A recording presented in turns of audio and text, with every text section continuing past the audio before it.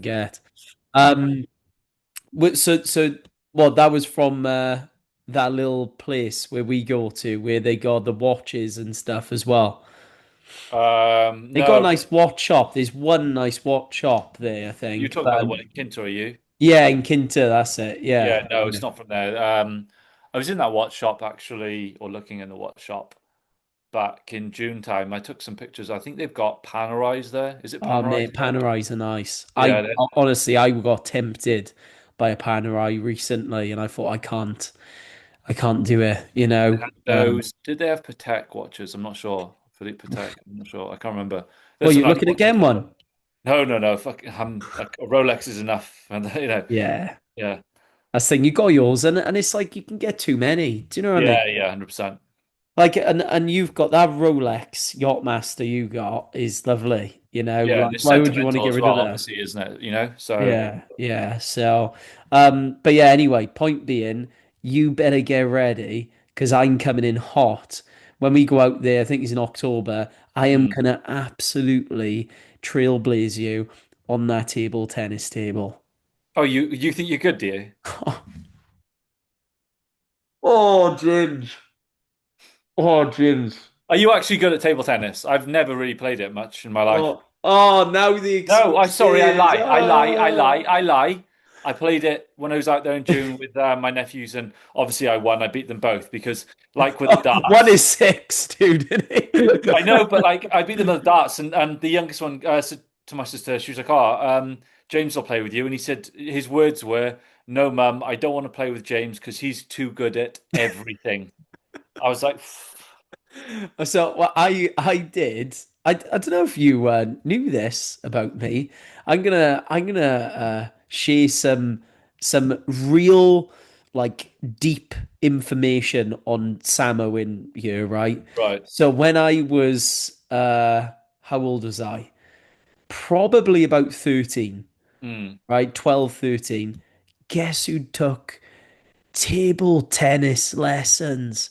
Oh, me. You had lessons." I forgot. Yeah, I had I had lessons, James. Lessons, right?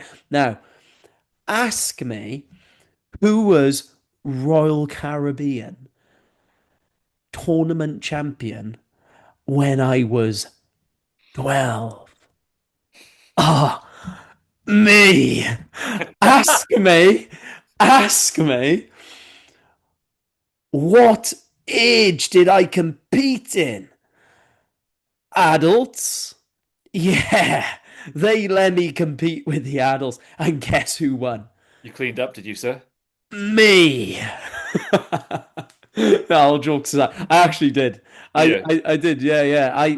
Look, I haven't played in ages, but actually at one point I did. I entered tournaments with my mate, and we it was only with the school, and like we did a few tournaments and stuff, and I don't know where we placed. We didn't win it, but then I we both went and did table tennis lessons, and it lasted like for a good couple of years, I'd Yeah. say.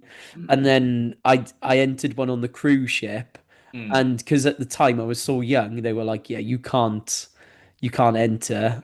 Yeah. And then my uncle, I think it was, managed to convince the person running it. It's like so lame. It's like, I'm trying to get in on Royal Caribbean Cruise tournament, and they let me enter, and I actually won it. I beat the adults. Are you questions, are you better at table tennis than you are at pool? Oh yeah, yeah, Right. way better. Because you told me That's you were good at pool, and then I cooked you at that. Listen now, I didn't tell you I was good at pool. I told you I played from a very young age. We were in You, Cardiff. We went for lunch, and then we went to that pool place. So, oh yeah, I played pool like all through school and all this, and I'm this good, and I'm this, and then I just cooked you. you cooked me on the black. I'll give you that. You did. You cooked me. You dropped it in very, very nicely. I was having an off day, right? Now, table tennis, sunshine, table tennis or darts. Now, I would say I'm a little bit better at table tennis. Are I'll you? I be always honest thought with you were you. more of a darts man. The thing is, if I need to get my rhythm back, it's like the piano. It's like a Mm. played from young. You know what they say when they start them out young, Have you right? ever played tennis? Yeah, I did. I'm not like great at that, to be honest. I'm What alright. you should do, you need to come and have a game of paddle. Yeah, I do want to do that Good actually. fun. It's really good Where fun. where did you do that to? Oh, we played down in Cambran. A couple of my friends are their members down there, so you can play singles, but you mostly play doubles. But it's really good fun, and you can like grasp it really easy and stuff. So it's a bit like tennis, but you've got obviously the walls around it, so the ball Right. doesn't go out. You know. Well, so it's like squash almost. Mm, not so much, but you can use the back wall, and so obviously in tennis, like if you hit a hard like shot with topspin or something, and you play it down the line, and obviously you're aiming for the ball to go like in the court and then out, isn't it? And then you're winning the Right. point. Well, with this, you hit the ball over the net. The ball is obviously in, and then it can hit the back wall, and your opponent can then play it back off the wall. This is So it's a called lot easier. paddle. Yeah, yeah. So It's, what's pickleball then? What's that's a pickleball? different thing.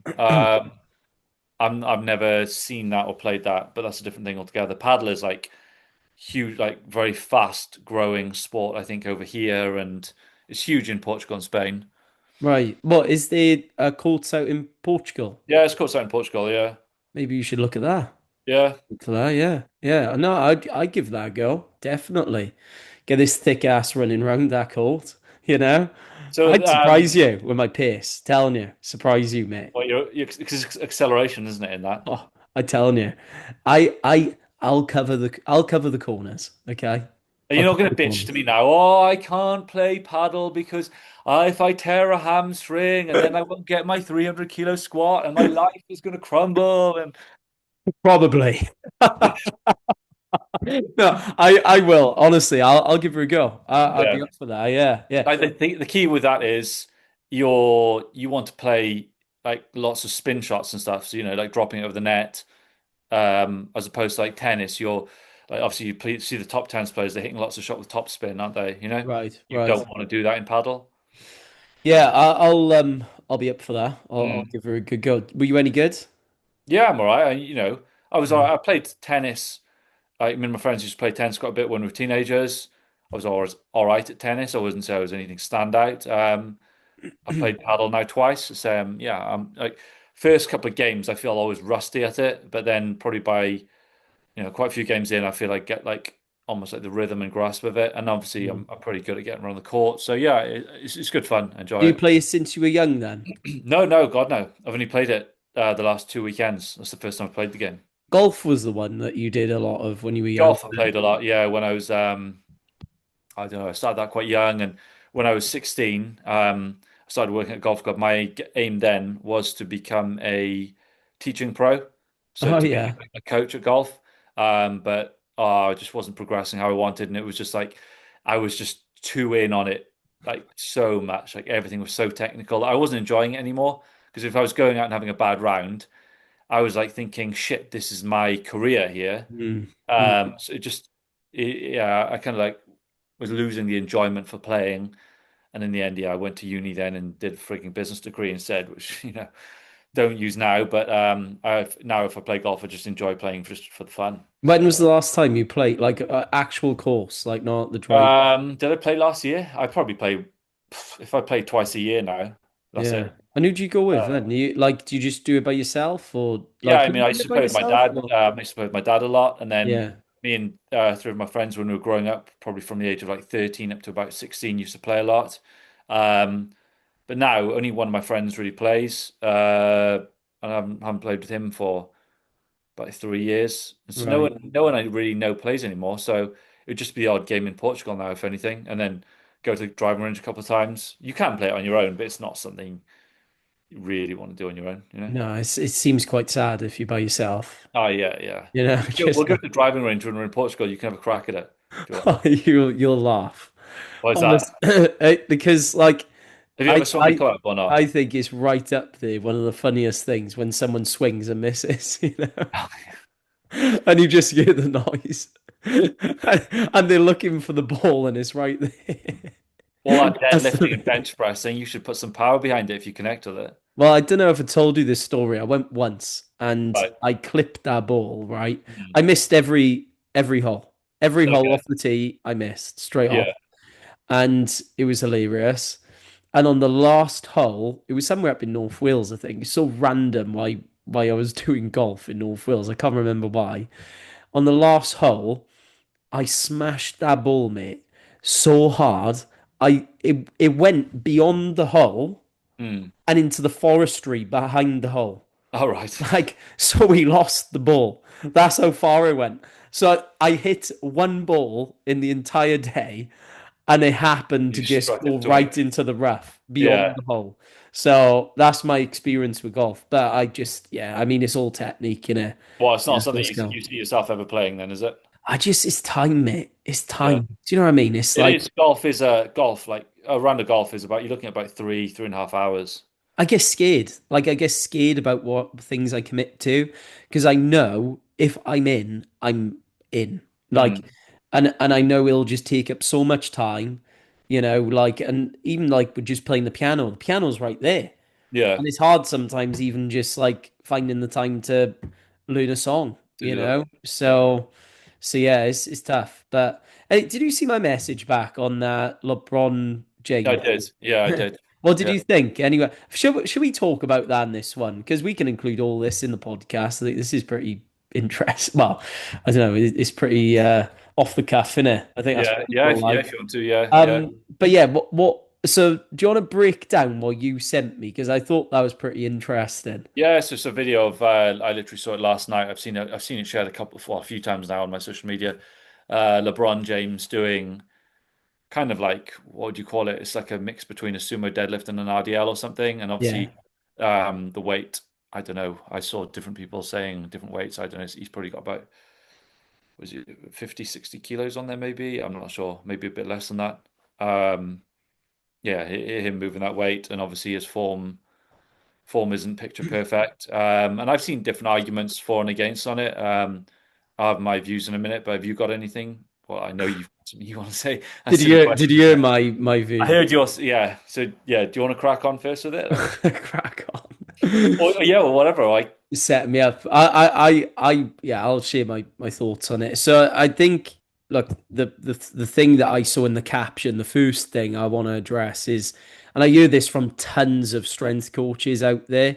Well, they call themselves strength coaches, mm, but they miss the strength part of the job title. I just wrote about that in my book. I did a post on that. It's quite ironic, really, because they call themselves strength and conditioning coaches, but really they don't do any of that, right? And basically, the caption from what I saw read, yeah, and this is a really common thing today within coaches, and is that look, basically, there is no room for a barbell or barbell strength training. Yeah, I thought I lost you yeah, then. It's it's back. back now. Yeah, It's back. yeah, Yeah. yeah. Yeah, there is no room for barbell strength training. It doesn't matter Mm, because basically you get everything that you need from the sport anyway. hmm And so there's just no room for it. That's basically what was implied, wasn't it? By the post. I don't know if I've misread that or if there's anything else that I've missed out on that. I've seen lots of posts on it from people in the S&C field now, to be Yeah. honest. Yeah. And so that's what they say. Mm, And usually it comes from these coaches that are skills coaches. mm, They think they're strength and conditioning coaches, but they're not. They're not. There's mm, nothing, and that's fine. Do you know what I mean? Like we talk about this. You obviously love speed training. You want to mm, sprint at 80 and stuff like that. That's amazing, right? mm. Like that's a real cool goal to have. And you need to do speed training to be able to accomplish that goal. That There's a goal, yeah. place for speed coaches, right? But there's a definitional issue between what categorizes as a S&C coach today and what categorizes as a skills coach, Mm, right? And they're different things. And so this person is basically a skills coach. I think he's like a speed coach or something like that. And basically saying, you just need to do speed training, and you don't have to worry about strength training. There is no barbell training specifically. You can just do your sport and you're covered. Right now, this is my specific thoughts on it and the whole thing. Mm, Um, People like LeBron James are born, mm, right? Like LeBron James is going to be LeBron James, whether he, whatever he decides to do, right? And also, nobody's denying that the skill of the sport is the most important thing in sports. Absolutely, right? yeah. Nobody's denying that. That's why Messi is Messi because he probably practiced football more than most people as he was growing up. He had an amazing talent for it, genetic freak. He was going to be Messi. Mm, So nobody is denying that that isn't the most important thing. But to say that there is no place for barbell strength training as an adjunct to what you're already doing is at best a misunderstanding of basic physiology and the benefits of what strength training does for you. And if it wasn't beneficial, why have strength in the title of strength and conditioning? You know, um, the research on, well, not research, I don't need research, I've got my own research, right? Improvements in force production, right? Let's start there. Like, mm, if you get stronger, what are you doing? You're improving your ability to output force, yeah. right? How does every human being on this planet interact with their environment? Force production, right? So if you can increase that force production, Mm, logically, putting two and two together, what happens? Well, you're more dangerous if you're on the in a boxing ring. You're faster if you're on a track. You can jump higher if you do basketball. It is basic physics, right? And physiology, right? How you interact with your environment is force production. So all we do is increase our base. That's all we do. And so you can take someone like a LeBron James or a Lionel Messi, and yes, even those people can benefit from that as well. Becoming more resilient and robust as an athlete to injury. If you have stronger muscles, tendons, connective tissues, all that sorts of things, which does happen as you barbell strength train, stronger bones, denser bones, then you're going to be more resilient to impact, to injury, right? So I just don't see outside of like it being a marketing thing, mm, I don't see why people say this stuff because when you look at barbells, they are the best way and the best tool to get someone stronger because they allow you the ability to one, include a lot of muscle mass into the movement. It's the best that we have. Two, to incrementally load it over time like nothing else. Right, that's period. Right now, as of 2025, what can you load like a barbell until you're 86 years old and still use that tool, mm, right? Continuously. Nothing, yeah. you know? So I don't get it. That's my perspective. But anyway, what's yours? No, no, yeah. So like my only thing with the people who look at LeBron James and stuff is like uh, people like jump love to use it like either as clickbait to engage increase their engagement on their social media feed or whatever. Right. But like a couple of things I have with is like first of all you don't know that like the person who's criticizing it, what he's doing specifically, doesn't know the context behind why he's doing that. And yeah, we can all go, his form is shit and this and he's not doing this, but like we just don't know what he's doing. Like, is he doing it because he wants to? He may be new to introducing himself to training in the gym. I don't know. Who knows? I don't. Yeah. So I think some people are just quick to jump on the bandwagon, and I also think sometimes there are some coaches who think like act like their shit doesn't stink when it comes to training, and it's almost like like my training is better than your training. That's my only bugbear with it. Right, right. So Some that's a different angle, I suppose, to mine, Yeah, where it's yeah, kind yeah. of like Different to what you're saying. the humility behind it, there is none, right? When Yeah. other coaches call out other coaches, that's where I gotta be honest, I don't like that culture. I've Mm, said to you about this many times before.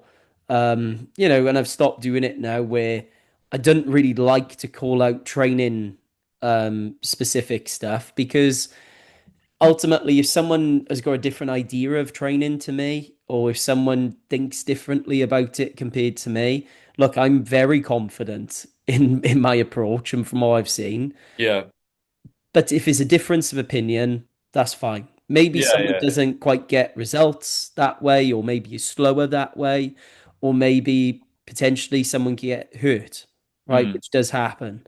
Um, but when it comes to nutrition, that's a whole other ball game. And I'm Yeah. very happy to call that sort of stuff out because, you look at, again, too side railed by this or sidetracked, the rates of eating disorders and stuff like that, which does happen. People Mm. digesting this information on social media, there's very real repercussions to some of the stuff. That's why I went on that whole bodybuilding thing, right? Yeah, yeah, yeah. But anyway, back to the training.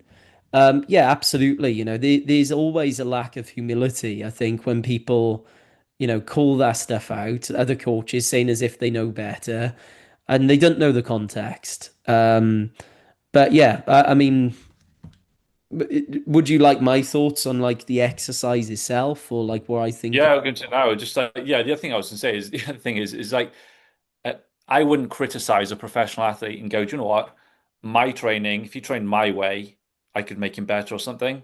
Like, I just think that's like Yeah, how big is your ego? It's like the right, guy is like 40 years of age, playing still at the highest level of the sport, um, and you're basically attacking his what he's doing in his training. And it's like unless you've been a professional athlete at the highest level and achieved what someone else like that has, then I would probably, be embarrassed to kind of criticize. You know what right. I mean? Yeah, absolutely, Like people who are like, absolutely. no, I've seen it before, like, I don't know, talk about Ronaldo, what Ronaldo's doing. And it's like, well, yeah, maybe, he could do things in a more optimal way you might think, but clearly it's working for him. No, so Right, right, like, just right. be humble about it. And it's also like you can have your own views on your own training system and things and one way, but like is no like as long as someone is staying like as a professional athlete, the best thing someone can do is be available.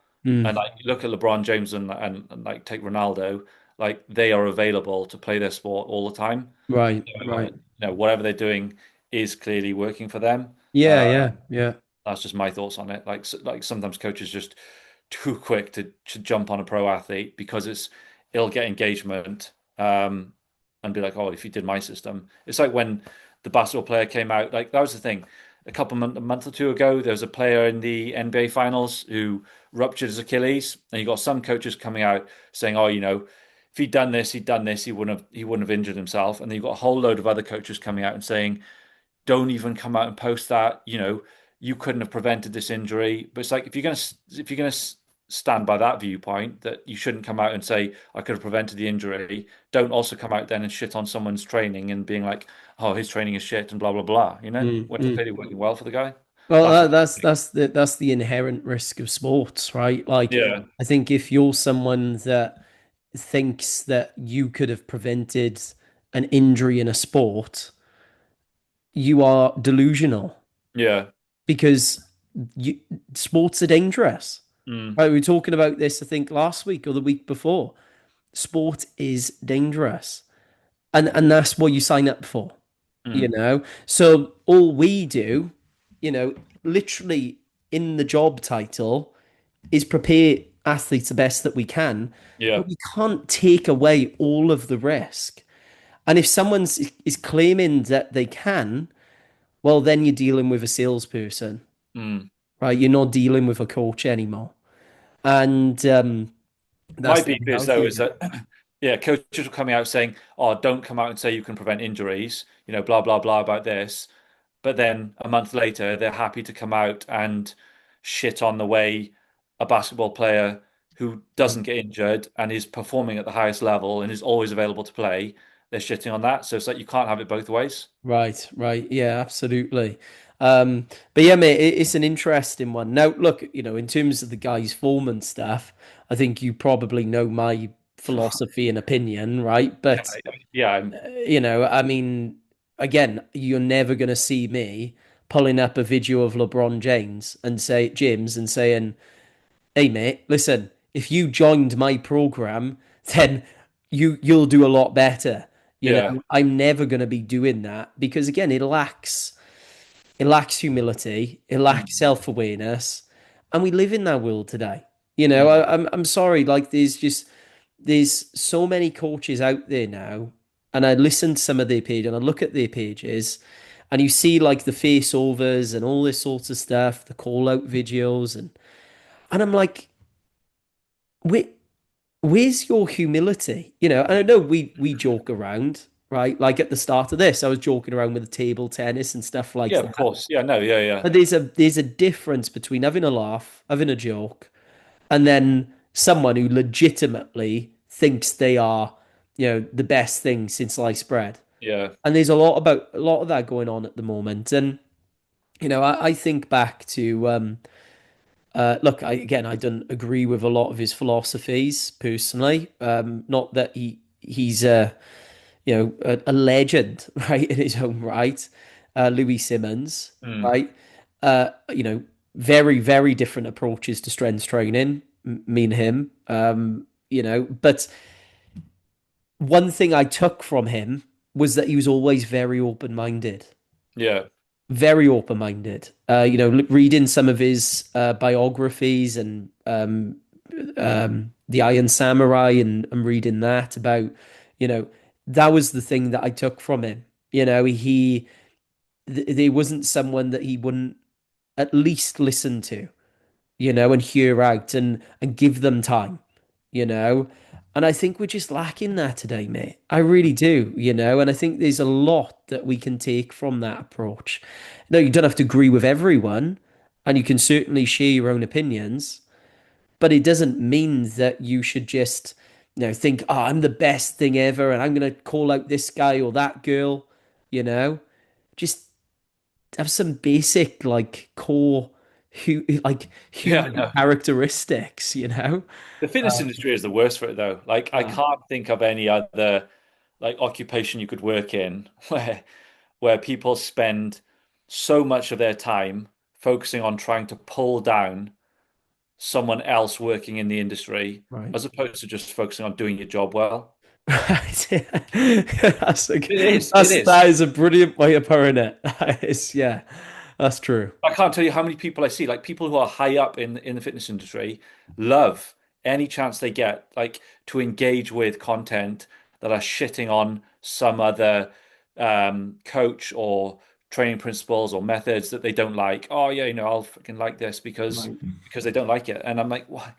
You choose to spend your time doing that as opposed to just focusing on your job and then spending your free time playing your sports or doing the things you enjoy with your friends and family. Yeah, Fuck it. yeah. Well, and not to make it all about me, Mm. but when that guy did that call out video, and Yeah, you didn't bother engaging with it, I yeah. didn't bother engaging with it, Mm. and partly because, like, I'll be honest, and people listening to this, I have a rule, right? So if someone calls me out, and I actually put this in place before it happened, Yeah. right? Because I knew this is the world that I'm entering into.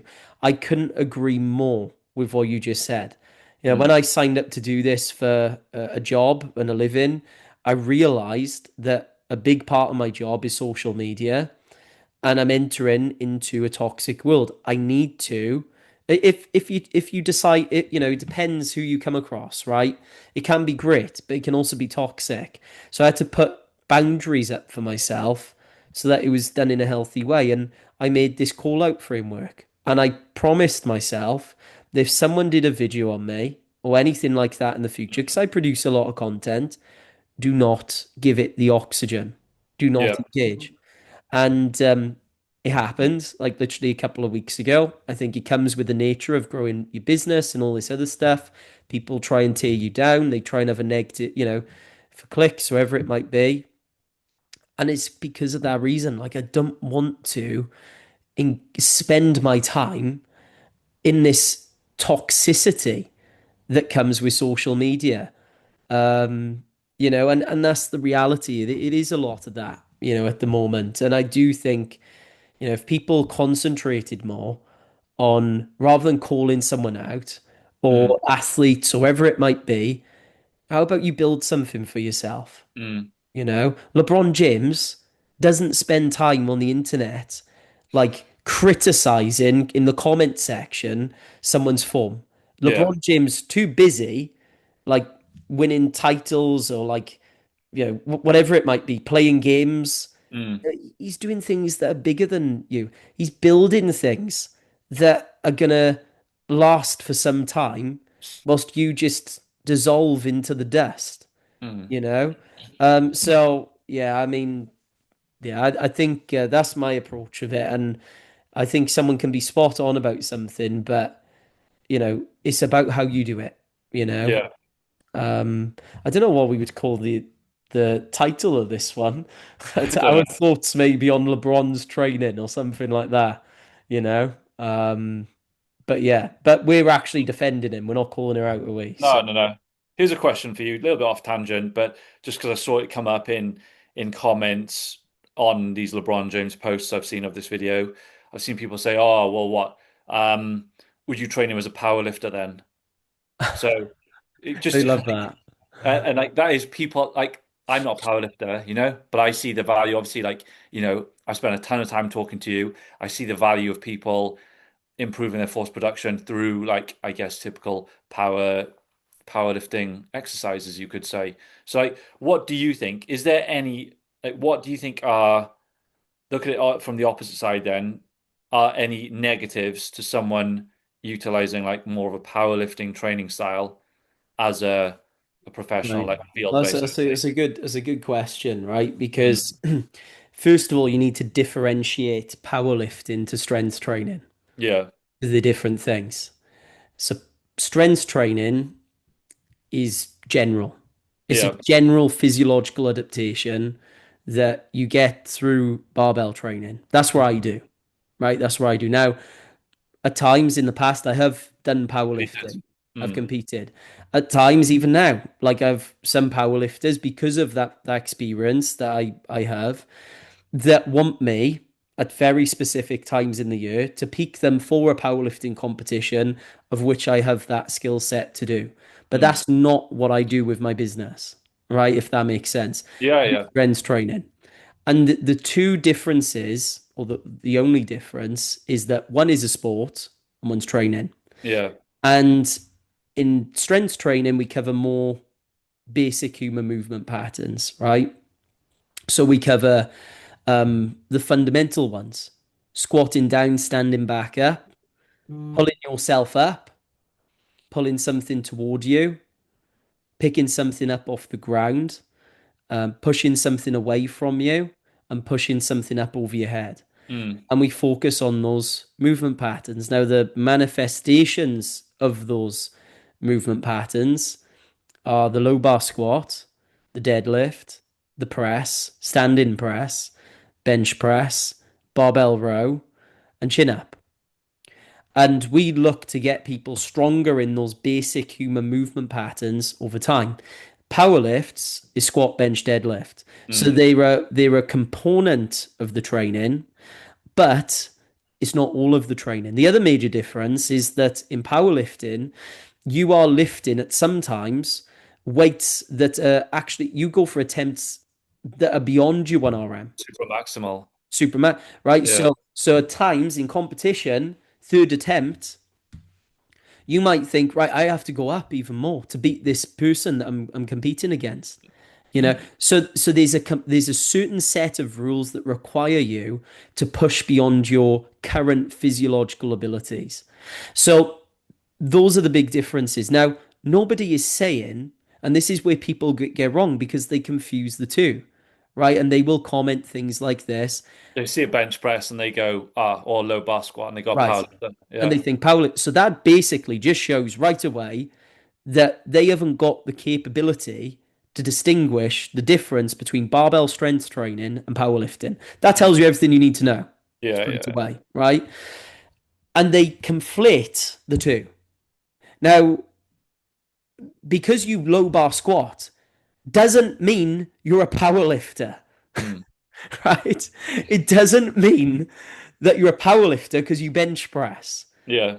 But people like to use their example because they'll pull up pictures of powerlifters and they'll say, see, you'll end up like this. Now, this is another important point. Powerlifters do not look that way because of powerlifting. Mm. They look that way because of their lifestyle choices, right? Now, actually, if you look at many of the top elite powerlifters right now, they actually have relative to their weight category, they were actually quite lean, a lot of Mm. them.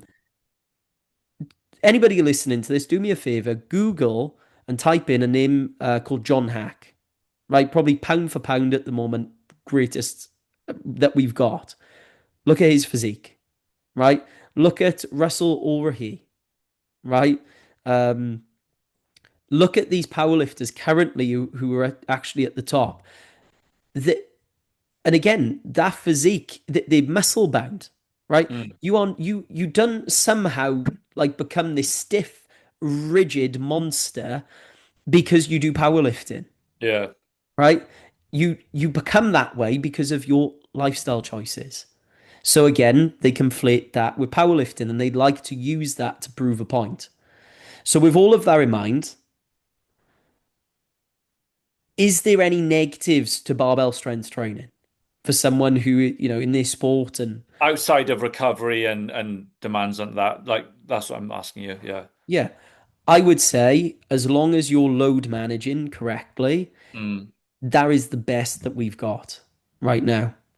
And I don't see any inherent negatives to strength training.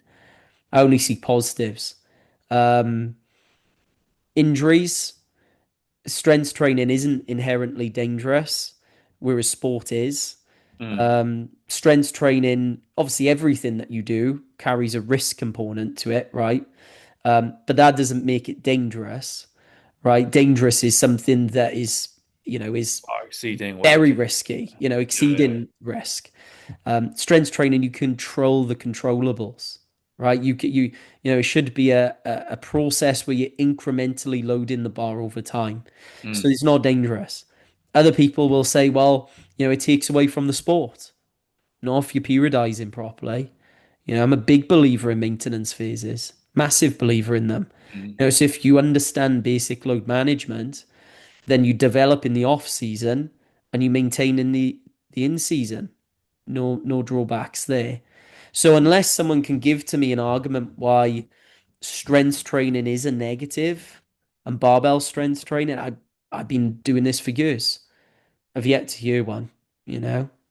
But yeah, does that make sense, mate? Have I Yeah. covered Yeah. it pretty well? I got a couple more questions for you then, if you want. Keep them coming. Keep them I'm coming. just like poking the bear here, kind of thing. Like, it's like stuff I see. Like, so where do you think where do you think mobility should lie for like someone like yeah who trains like strength, like heavy barbell movements versus not neglecting it, but not like I wouldn't say not giving a crap about it, but like do you know what I mean? Like where on the spectrum of like importance and time do you think mobility has a purpose and who I for? I think mobility is born, or mobility, sorry, is baked into strength training, proper strength training. Hmm. Um, So like because training at like end ranges and stuff then, is it? Or yeah, well, I mean, this is my approach to it, where I think if you're properly doing strength training, you will move through a full range of motion, hmm. right? Like, um, this is why when I teach these lifts, we do it with the core philosophy in mind that we use the basic barbell lifts to cover the longest effective range of motion, right? So when you're lifting weights, it is pointless going into ranges where you exceed your mobility capabilities and you Hmm. leak force production. The reason I believe that is because you're limiting force production and actually you start, it gets into that part of dangerous then, right? Because you're not keeping tightness and stability. loading different structures that aren't meant to handle that much load. They're not prepared for it. You can obviously is the argument of loading those positions incrementally over time, even if they are poor positions. Like I a think, Jefferson curl, is it? Or well, I mean, I'm not. I'll be honest. Jefferson curls. I don't know an awful lot about them. I haven't done. right, okay. I know you do a lot of them and Yeah, stuff. just because obviously it's in like spinal flexion, isn't it? Where a lot of people, like obviously I know you Yeah, posted about the other day about the you want to mobility. Yeah, maintain an extension, obviously when you're yeah, deadlifting, but that's a different thing to specifically training a Jefferson curl. And also, you're not going to be training a Jefferson curl at like heavy. yeah, double Yeah. your body weight or anything like that. Exactly. Yeah, exactly. I would say if someone's like really, loading their up, Yeah, very, it can be a different story then. But you're right. It's not like like, I've never seen someone Jefferson curling. one RM. Yeah, yeah, it doesn't happen, does it? No. But back to the point, like in strength training, you want to keep within a confines of range of motion that allows you to be safe. And you Mm, still want to take that across the longest effective range that you can manage. Um, and so mobility, to answer your question, is baked into strength training. Now, yeah. we use that to train the physiological adaptations. That's what best prepares people for their sport. It gives us the biggest return. It conditions people for their sport. We don't think about sport specific exercises, we think about specific adaptations. And that's what we train to get the best bang for a buck effectively. If you can make someone stronger, well, that's going to condition them for this sport way better than a wobble board ever Yeah. will. You know, so you do that, you get the full range in the basic barbell lifts, which is still requires a good amount of mobility anyway. And then if your sport demands extra mobility requirements, sure, I would say you're probably going to get that from your sport anyway, Mm. right? That specific stress. And if you want to do an extra bit of stretching or wherever it might be, brilliant. That's Mm. great.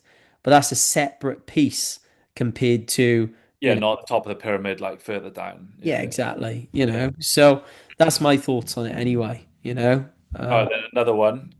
So let's take a football player. Um, most football players, how, you would class them in your system of training as a novice, wouldn't you? yeah, yeah. So we take a football player now. Let's take a Premiership football player. I don't know. Okay, let's take Brian Mbuemo. Okay, Yeah. he's going to be one of the best players in the Premiership this season. Well, I hope. I'm praying, mate. Yeah, him or Benjamin Sesko. All right, Benjamin Sesko. Okay. You've got the Um, Benjamin Sesko haircut going on as well, by the way. I reckon.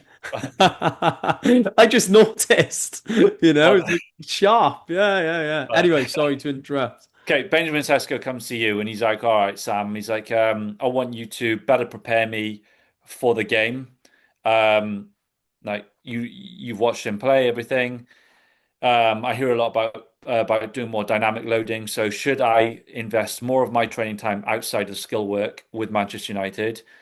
Should I invest more of that time doing plyometrics, or should I come to you and we're going to train in the gym and we're going to load up barbells? Well, What's that's your an interesting one, and I know it's going to be. Um, Look, I'm plyometrics isn't my thing. I know you do plyometrics, a lot of plyometrics, and I know, and I was chatting to my mate about this the other day. The ankle complex, right, and training that is a thing. Use my personal opinion on it. Mm, I think when it comes to football specific and any sport in general, you get a lot of built-in plyometrics anyway, mhm. right? When you look at what they're doing constantly, it is plyometrics, isn't You're it? getting a lot of contacts across the week with the running Absolutely. and And jumping. to be honest, it's more specific as Mm, well. So you get an absolute, you think about how many reps you do in the gym, right? Like maybe barbell training, I get, I don't know, maybe 45 reps in a session, right? mhm. Something like that. Now imagine how many reps of plyometrics you get in a football game. Yeah. Well, thousands probably, something like that. Oh, has he dropped out?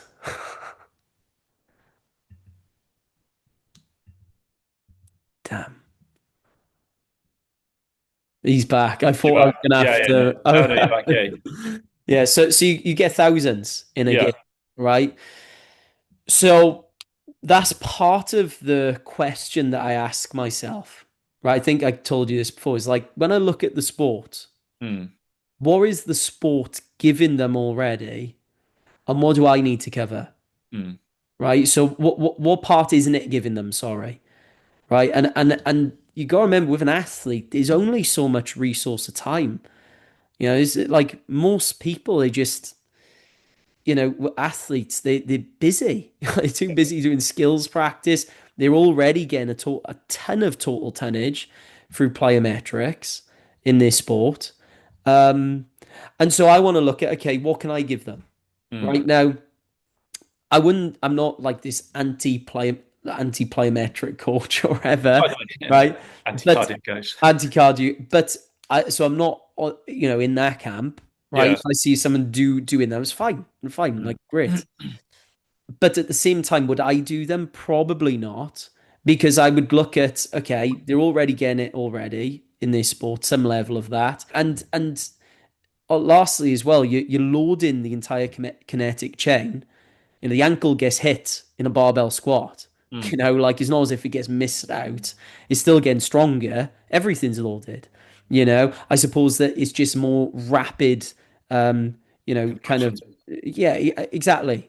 Mm. Um, but again, do you need to condition that? Well, I mean, they're already doing thousands of reps of that Mm. anyway. They probably need to pull back on that. So I would probably, again, look, that's just me. No, I'm no, not saying no. I'm like, but I would probably take the barbell strength because there's more there that looking at Sesko especially, it's the easiest ever to pull. But yeah, I was literally, funnily enough, coincidentally chatting to this about my mate with my mate the other day, and he had a similar stance, I suppose, on it. Um, It's interesting because your viewpoint is like identical to obviously Ben, who I work for, because he discusses it more from the realm of basketball and like what they get in within playing the sport. And like, obviously the number of contacts they're getting and stuff, and what they don't get is so they're getting lots of stuff where they're in a higher stance and like fast movements, and what they're not getting a lot of is slower movements and deeper positions. So he yeah. believes in training slower like movements but at full depth. So like loading a full depth back squat, ass to grass and stuff Right. like Right, that. that's interesting. Right, Yeah, yeah. as opposed to getting them doing more running, more plyos, which they're getting already through their sport. Well, use another thing, right? And um, shout out to my, I can give him a shout out because he listens to this sometimes. Liam, he's honest. We often get him on sometime. He's like, talk about Is this switch. the bag of milk guy that goes? No, no. What you mean? What do you mean? He He was a said hater. He was. no, no. Someone commented about Oh, and someone he called him a bag of looking custard or like a bag something. of custard. Yeah, Custard was the one. yeah. That was it. Yeah, That's it. Well, yeah. Look, I'll give him a shout because he listens now and then, and honestly, not just to blow smoke or whatever. He's one of the more switched on coaches I've ever met, to be honest. yeah. And he, I think, yeah, he obviously aligns with what I just said. Yeah, But we were talking about this the other day, because he's working with more like basketball, volleyball, something like that, that women's team, yeah. somewhere down in the uni. And he brought up an interesting point about psychology, right? Hmm. And sometimes you have to play to the psychology of who you're working with too. Mm. And this is digging layers deeper now, as into the role of a coach. Where if you say to them, do you know what, we're going to give plyometrics a go, Yeah. and that that's speaking more of their language, Mm. right? Well, what's going to happen? You're going to get more buy-in from them, Mm. and not only are you going to get more buy-in from them, they're probably more likely then to do the other work that you really want them to do. Mm. So you if you say, okay, right, we're gonna do some plyometrics for a few weeks, right? Now, once that's done, we're gonna do a bit of barbell strength training. Here's why. And if you get more of that buy-in, Yeah. then you can have a More better, compliant, committed. Yeah. absolutely. Mm. So to say, and again, this is where I why I'm kind of a bit like hesitant to say, oh, forget Yeah. plyometrics and all of that, is because you've got to, I think, as a strength coach, especially, have your gold standard. You've got to understand, right? This is what matters, right? Mm, To me, this is what matters, and this is what I'm trying to get people towards as a North Star. But you need to know the rules to also know when to break them too, mm, depending on who you're working with. And I think that's something that the best coaches do, you know. I think they do that really well. Um, so yeah, no, that's yeah, my it's a opinion good on take. it, you Mm. know. But yeah, any other questions No, you that's wanna? it. That's all I got in my bag for today. Well, there we go. Well, anyway, mate, anything else we want to cover, or do you want to see us out? Yep. If you've enjoyed this episode, please leave a rating and review and subscribe on Spotify and iTunes. Catch you in the next one.